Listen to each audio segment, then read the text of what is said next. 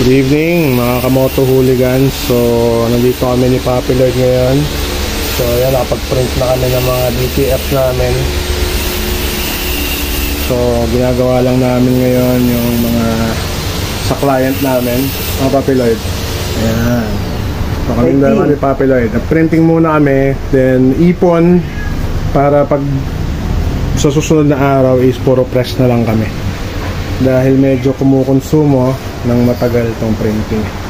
So ano man sa'yo mo, Papi Lloyd? Kaya na oras. Kaya na oras. Ayos yan. So ngayon si Papi Lloyd is mag-work pa to. Uwi muna to sa kanila. So tayo muna magtutuloy nito. So ayan, gusto lang natin sabihin na operating na kami kahapon, mula kahapon. So ayan, nag-start na kami na gawin yung mga project ng clients. Then proceed kami sa pressing ng mga merch namin. Alright. Yung mga inquiries na rin no? Yes sir, yes. Yan, sir. Okay. So ayun, maraming salamat Papi Lloyd. Thank you, Papi. You take care. Yes sir, okay. As always.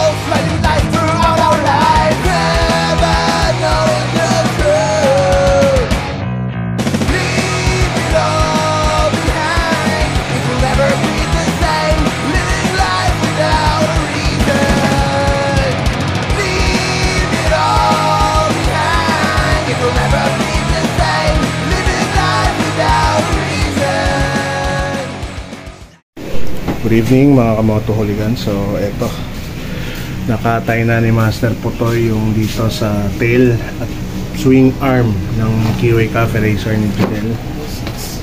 So ang mangyayari is yung tubong nakikita nyo nakakita yan is puputulin pa yan dahil doon na napunta yung kabitan ng shocks. So ang siste, ito yung nangyari. So wala pang balak magpalit ng tangke si Judel.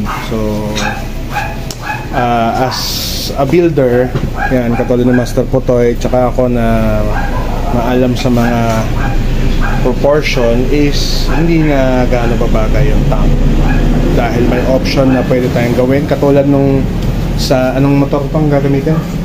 Para kay SZ yan. Para kay SZ, Yamaha SZ. So ito yung binili namin tank para kay Yamaha SZ. Tingnan nyo yung magiging difference. Master Putoy, pakisuyo nga. So nag-iiba talaga ang itsura ng motor pag nagpalit ng tank at nagiging correct yung proportion niya at flow nung sa chassis. So imagine ganito yung itsura pag nagpalit ng tank na medyo correct yung mga parts na ilalagay. Na-emphasize yung shape ng flow ng bike. Tapos kapag binalik mo naman yung original, hindi ko sa dinedemonyo si Brother Judel. Brother Judel, parang kung best of the best na lang din ang ating babasihan is we advise na magpalit tayo ng tank. Diba? So ayan mga moto hooligans, comparison lang. Pero at the end of the day, well, yung client pa rin natin ang masusunod kung yan talaga yung desisyon niya. Right. Ito naman sa XJR is nakapag fiber na tayo para sa cowling. So gawang Master Putoy yan. So pinorma niya na rin yung foaming na mangyayari. So soon is mamasilyahan na yan, etc. At ipapa-reupholster na ulit natin kay Tatay Hemi. So yun lang naman ang mga update sa project ngayon. So ito rin yung kay Delton na napalitan na ng gulong. Palitan na, Extended na rin yung swing arm. So ayan, humaba na yung super light 200 niya. Tapos ayun naman yung si SZ na Yamaha. Nagagawin din nating bobber. So yun na yung tangke niya, yung pinakita namin sa inyo. Ano hanapin ka? Yung pinagputulan, di ko na rin makita eh. Naku, puta. So ayan, nag-extend nga si Master Poto. Hindi niya na daw makita kung saan niya pinutol dahil sa sobrang smooth ng pagkakadali. Ayan, may kayabangan din to eh. Alright, good evening mga kamoto hooligan. So eto na yung progress sa bike ni Delton. So nagpa-bend tayo. Ayan, at kinonvert ni Master Potoy yung pinabend niya para magkasya dito. Niliitan tong tubo na to. Okay. Kasi ang switches ng super light, same sa Motobi. Malaki mm na ito eh. Okay. Tapos lagi nilang issue yung relay. So, magpapalit siya ng switches, standard na lang. Pati yung mga relay ng signals. Standard na rin. Ayan, so yun yung magiging proportion niya.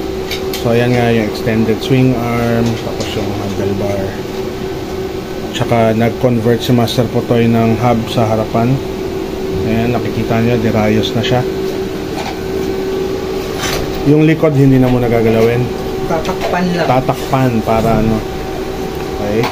Tapos ito na yung sa bike ni Judel. Yan naman yung proportion niya. So, ang mangyayari is magpapalit na rin si Judel ng tank katulad nun. So, nakita niyo yung kinuna namin kagabi na inilagay namin yon. Nagustuhan naman ni Judel kaya magpapalit na tayo ng tangke.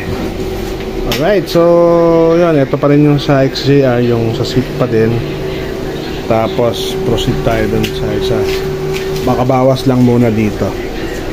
Alright. So yan mga kamoto hooligan, sana natutuwa kayo sa nangyayari dito sa garage at dito syempre sa ating printing Cheverlo. So yun na mga kamoto hooligans, dito ko na muna tatapusin ang vlog. This is the goon behind the camera and we're fucking out.